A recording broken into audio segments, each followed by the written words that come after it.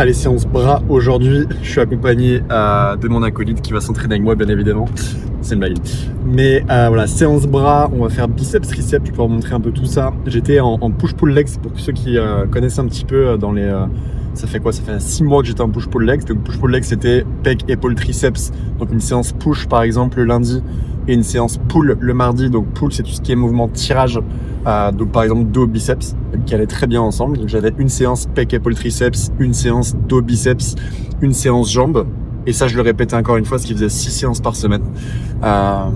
Donc voilà, là je reste également en 6 séances par semaine, mais j'ai légèrement modifié le programme d'entraînement où là je m'entraîne tout simplement en split, pour ceux qui connaissent, c'est-à-dire un muscle par séance, tout bête. Ça faisait longtemps que je n'étais pas revenu sur un programme comme ça, et donc aujourd'hui ça tombe sur les bras. Donc je vais pouvoir vous filmer un peu tout ça et surtout vous montrer un petit peu quelles sont les erreurs que la plupart que certains oublient de faire, par exemple, notamment les triceps par exemple, qui font partie, qui font 2 tiers du bras, et typiquement il y a beaucoup de personnes qui butent uniquement les triceps, les biceps pardon, alors que les triceps c'est 2 tiers du bras. Donc voilà, je vais pouvoir vous montrer un peu tout ça, les différents exos que je fais et surtout les différentes erreurs à éviter pour avoir des bras bien massifs. Bon, c'est un truc, et beaucoup de personnes me disent par exemple en ce moment en story, etc. Putain, c'est hallucinant comment tu t'es transformé sur ces dernières années, comment t'as fait, etc. Moi, ce qu'il faut savoir, les gars, c'est que j'avais un physique, j'étais une planche à pain. Là, j'essaie de vous ressortir une photo sur la vidéo. Je suis pas parti avec une génétique exceptionnelle, je suis pas parti avec un corps exceptionnel. J'étais vraiment le mec skinny, tu vois, genre vraiment très grand, très fin, planche à pain.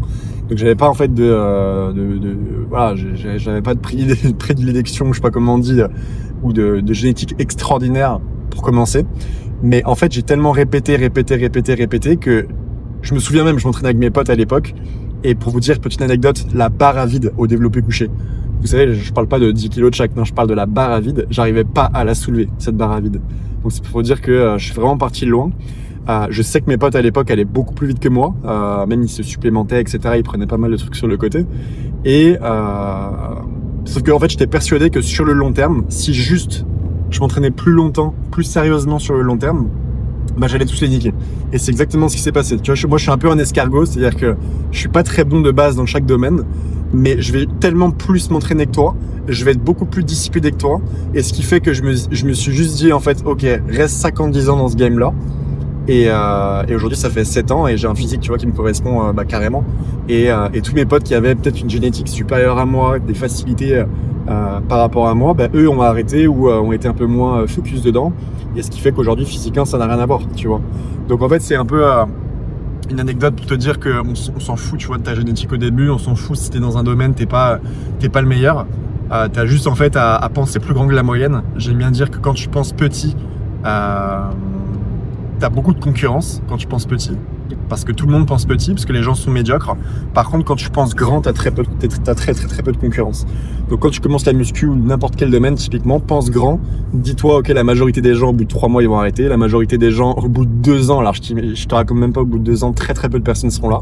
Mais la question, c'est qui sera là 5 ans après, typiquement, avec le même programme d'entraînement, avec la même constance, etc. Là, t'as 0,0001% des gens qui vont le faire. Et c'est pour ça que tu peux niquer tout le monde dans n'importe quel domaine. Donc voilà, tout simplement. On se retrouve sur les bras. Les gars, la salle de sport est fermée. C'est la première fois que ça m'arrive. Moi, je suis habitué aux grandes salles, tu vois, de Toulouse. Enfin, j'habite à Toulouse, par exemple. Où là, j'étais à Bali, c'était 24/24, tu vois. Et donc là, la salle, elle ouvre à 9h, donc dans 10 minutes. Bref, c'est assez marrant de voir que à 9h, t'as des salles qui sont toujours pas ouvertes. Mais c'est pas grave, on prend le soleil.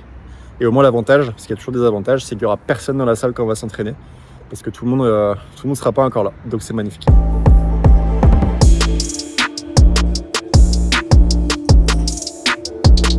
Échauffement les gars, et on est parti, on attaque. Il y a premier exo, on va pas se compliquer la vie, on va commencer par du curl classique.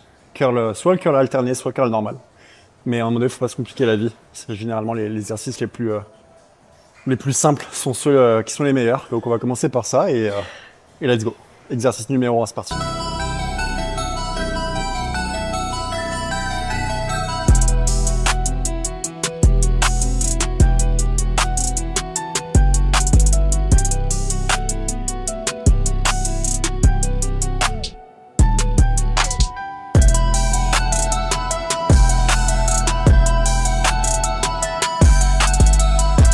C'est parti pour l'exo 2, les gars. Maintenant, pour l'exo 2, on va faire le meilleur exo pour moi, pour les biceps, pour recruter les biceps.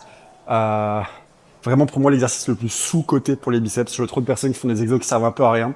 Celui-là, les gars, l'exo numéro 2 que je m'apprête à faire, testez-le en salle de sport. Toutes les personnes qui s'y connaissent le plus disent que c'est le GOAT, tu vois, d'exercice de biceps. T'as un étirement du biceps qui est exceptionnel. La sensation également est exceptionnelle. Donc je vous montre ça en vidéo et testez-le surtout en salle de sport. C'est parti pour l'exercice numéro 2.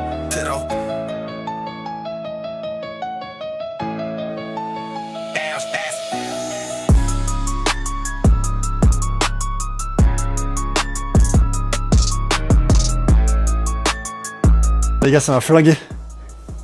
En vrai, si vous n'êtes pas mort déjà après le premier exo, le deuxième exo, c'est qu'il y a un problème. C'est là où tu dois mettre les gaz, tu vois.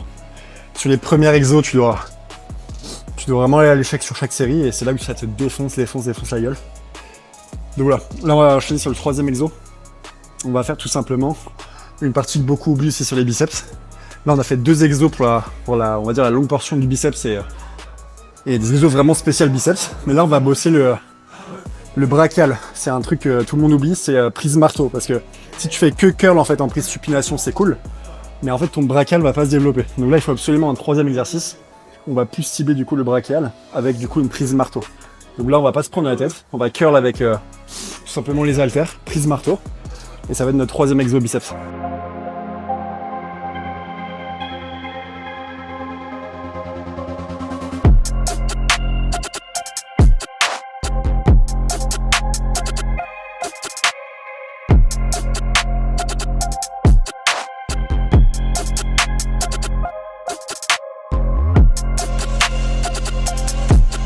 Bon les gars, on va attaquer les triceps maintenant. 3 exos biceps qui sont faits. Maintenant, on va attaquer les triceps. N'oubliez pas que, encore une fois, c'est 2 tiers du bras. Donc, toutes les personnes qui font que les biceps à la salle, vous mettez une grosse balle dans le pied parce que vos bras seront jamais gros en fait. Parce que c'est vraiment les triceps qui vont faire la différence sur vos bras. Alors, pourquoi j'ai commencé par les biceps? Parce que j'adore les biceps. Donc, c'était un peu le kiff, tu vois, de terminer la semaine en beauté en faisant les biceps. Mais en réalité, j'aurais dû commencer par les triceps étant donné que c'est là où tu auras le plus de résultats.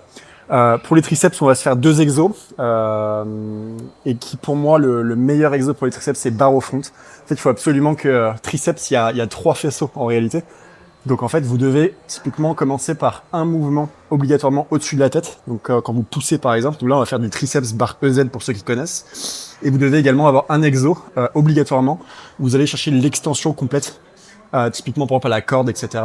En deuxième exercice. Comme ça, vous avez vraiment, vous bossez le triceps vraiment dans son ensemble et de la bonne manière. Donc là, let's go. On va commencer par le premier exo triceps. Ce sera le 4e exo de la séance. Et on va faire du triceps barre EZ, qui est pour moi le meilleur exercice pour les triceps. Let's go.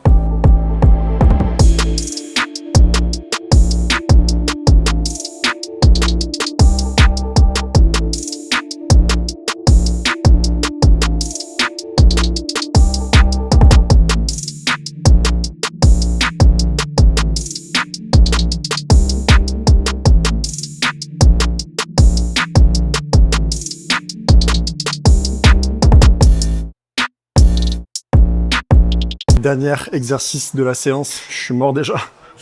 On va faire pour le deuxième exercice triceps, la base, on va faire tout simplement de l'extension à la corde. On va pas se compliquer la vie, mais très contrôlé. Vous allez voir avec une belle contraction, avec un beau pic de contraction. Et donc on aura 3 exo biceps et 2 exo triceps dans la séance. Et ce sera terminé pour cette séance bras pour aujourd'hui. Let's go pour le dernier exo.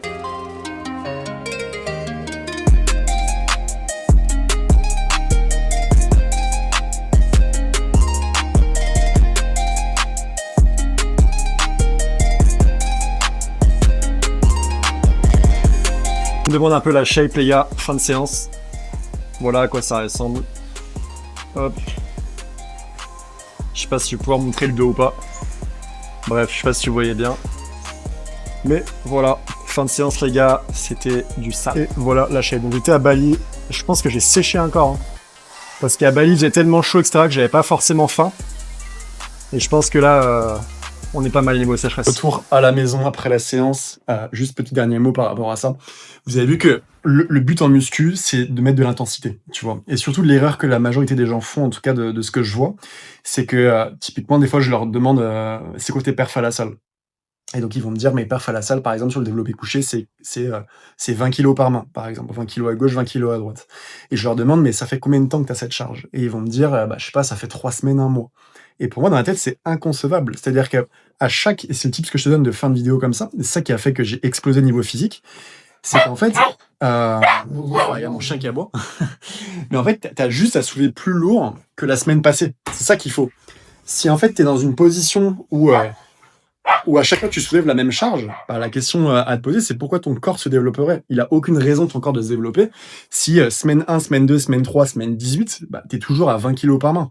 C'est qu'à un moment donné, tu vas devoir augmenter ta charge. Et c'est là où ton corps, il a pas le choix que de se développer. Donc peut-être qu'à chaque séance, tu pourras pas forcément monter en poids, mais essaye d'être toujours dans le mindset de dire: «OK, semaine passée, j'ai fait ça, bah, aujourd'hui, j'ai pas le choix, semaine d'après, j'ai pas le choix que de soulever plus lourd», tu vois? Et c'est là où ton corps, tu vas développer ton corps à 100. Et pour savoir ça, beh, prends des notes de ton entraînement. Tu vois, là, typiquement, à la fin de ma séance, j'ai fait OK, exo 1, exo 2, exo 3, exo 4. Je sais combien j'ai soulevé, je sais combien de reps j'ai fait, je sais combien de temps de récup j'ai fait. Donc du coup, forcément, la semaine prochaine, je reprends mon carnet d'entraînement. Je me dis: «OK, j'ai fait ça au biceps, bah, mon but, c'est de soulever plus lourd». Aussi simple que ça. Et donc, quand tu es professionnel et tu es carré comme ça, bah, tu fais une énorme différence avec la majorité des gens qui soulèvent juste pour soulever. Tu leur demandes: «Tu fais quoi aujourd'hui à la salle?» «Oh bah, je sais pas, je vais voir». C'est un peu à l'envie. Un coup, je fais les jambes, un coup, je fais les pecs. Ouais, mais quand tu pas de professionnalisme, bah, malheureusement, le résultat, il suit pas. Donc, sois professionnel dans tout ce que tu fais. Prends des notes de tes entraînements et tu vas voir une énorme différence finalement sur tes entraînements et ton physique surtout. Et c'est là où tu vas vraiment évoluer physiquement et tu vas pas faire comme la plupart des gens 5 ans après, c'est les mêmes physiquement. Pourquoi c'est les mêmes physiquement et ils progressent pas? Bah, parce qu'ils sont amateurs dans ce qu'ils font, tout simplement. Donc voilà, c'est la fin de ce vlog. Je te souhaite en tout cas une excellente journée. Prends note de tout ce que je t'ai dit là, applique-le pour toi et ton physique et tu vas voir que tu vas exploser.